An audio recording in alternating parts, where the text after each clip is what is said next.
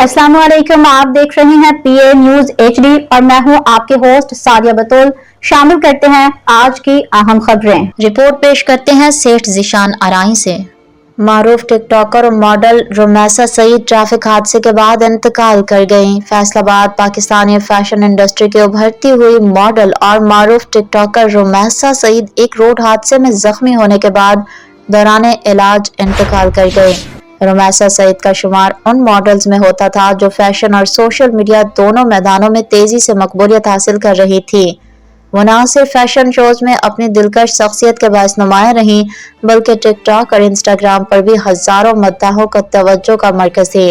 Reports के मुताबिक रुमैसा चंद रोज कबल फैसलाबाद के करीब एक ट्रैफिक हादसे का शिकार हुई। हादसे में उन्हें शदीद चोटें आई और उन्हें फौरी तौर पर मकामी अस्पताल मुंतकिल किया गया, जहाँ वो कई दिन तक जेर इलाज रही।